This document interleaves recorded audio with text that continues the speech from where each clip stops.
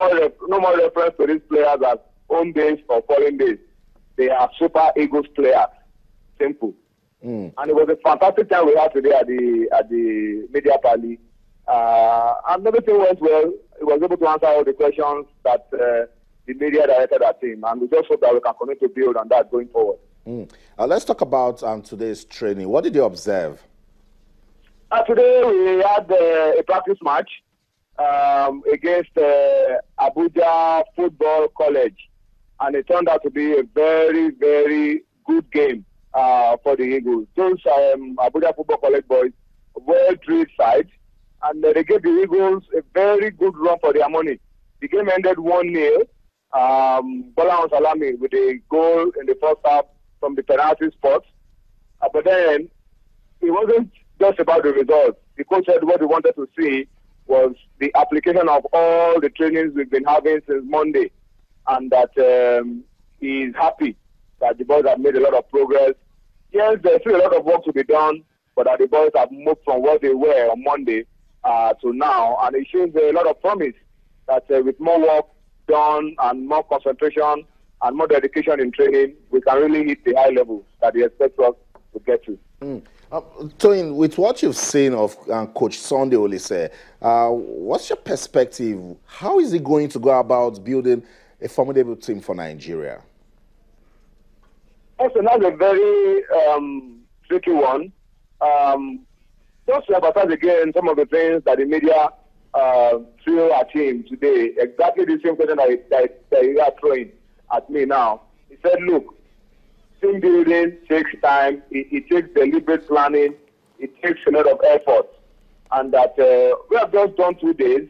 There's still a lot more ahead for us, and he's hoping that everybody will join hands, the media, the clubs, the football house, everybody involved. It's a deliberate plan that we all must make sacrifices to see that we raise a team that we can all be proud of. And it's all those boys. I mean, because what he wants to do now is that because of the need for these boys to play for their clubs, he releases them on Fridays to go play for their clubs, and then they come back again to camp on Monday. That look, when you get back to your club, all that you have learned in camp, don't throw them away. Go and make impact at your club level, improve your level of fitness, and come back on Monday with the philosophy that we have imparted into you to step it up again. And if we continue that way, by the time the foreign based players come in, they meet a team already at a level that the foreign based players will come and complement, so that the best of the best will eventually make that team to Tanzania. Thanks so much, Tony, for speaking to us. Send our love to the team. We'll get to speak to you again tomorrow on Monday. Okay, that's it. Super Eagles media officer Tony Ibitoye giving us updates from the camp of the Super Eagles. Guys, building a good team takes time. That's from Coach Sunday Olise.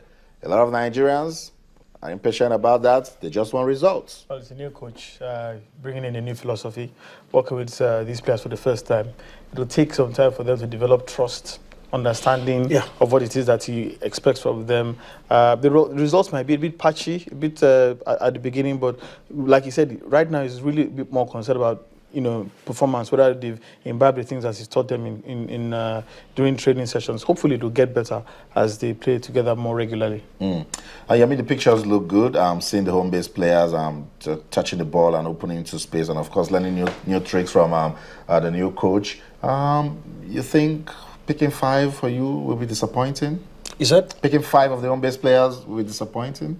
No. It's not quota system. These guys, it's not window dressing. Look, if all the guys in Cab are good enough to play for the Super Eagles fan, and if none of them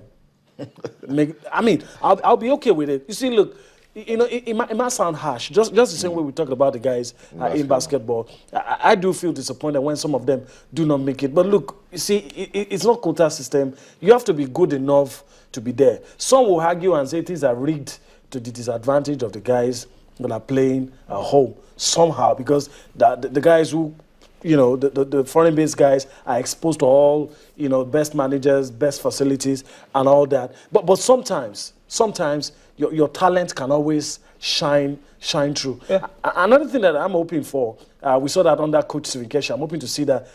I like to see a synergy between the national team and the other national teams, Flying Eagles, Golden Eaglets. We don't really have a football philosophy, but the coaches can help us if they work together. Talk among themselves. I mean, not fight over players. Not everybody knows what the plan is. You're on the same page.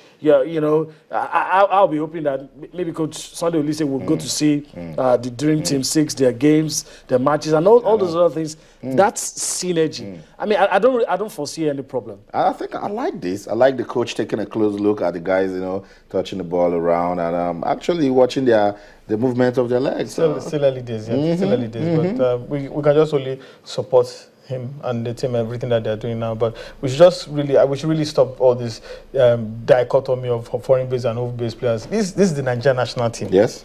Because if the CHAN competition starts tomorrow, this is the team that we will present. We will present 22 players from the 23 in Counts, or 23. These are the 23 that will go tomorrow. So we should really stop this. It means that if none of them is picked, we've not lost. We've not lost anything. It means that we still found a way to build a team that's already getting ready. Yeah, for the African Nations Championship. Let's leave that quickly. Talk about the Federation Cup. We told you it's no more news that the final is going to be Aqua United taking on Lobby Stars.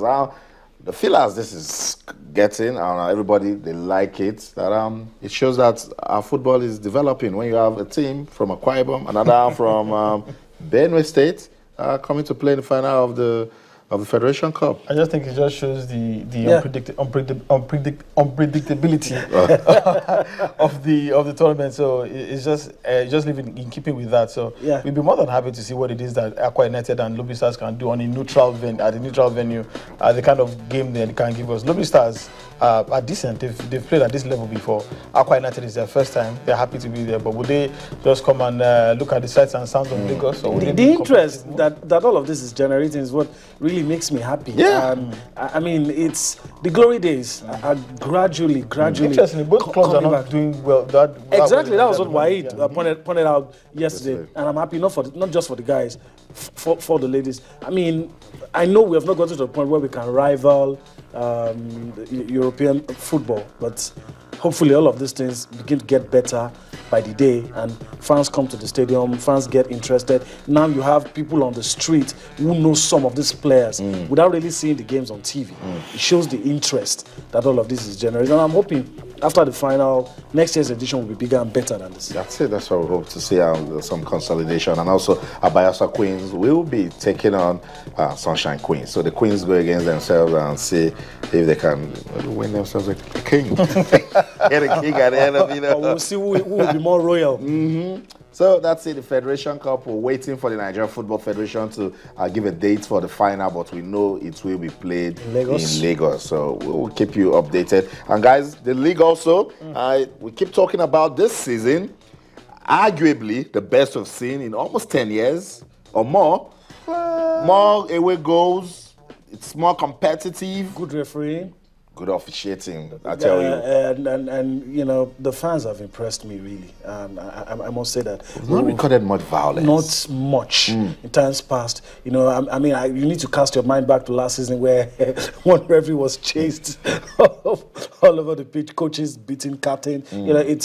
We've seen one or two of that this season. Isolated incidents. Not like, and really very happy. After 24 matches, with 14 more matches to be played, and we're seeing all of this, I mean, very, very happy. I'm proud to say that things are getting better. Things are getting better indeed. Tunde Eimba back on top of the table. Yeah. And at this stage, it seems no looking back. We talked about how Eimba is always seemingly unstoppable if they have no other distractions.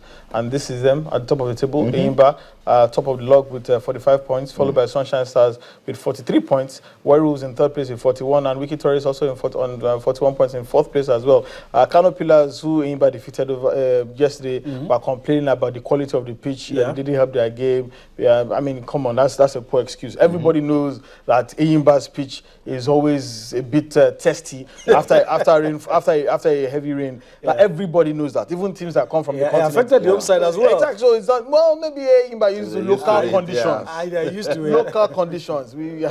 But everybody knows that. So if the coach didn't prepare better, that's neither here or there. He's saying that they have to play on the artificial pitch in Sanya.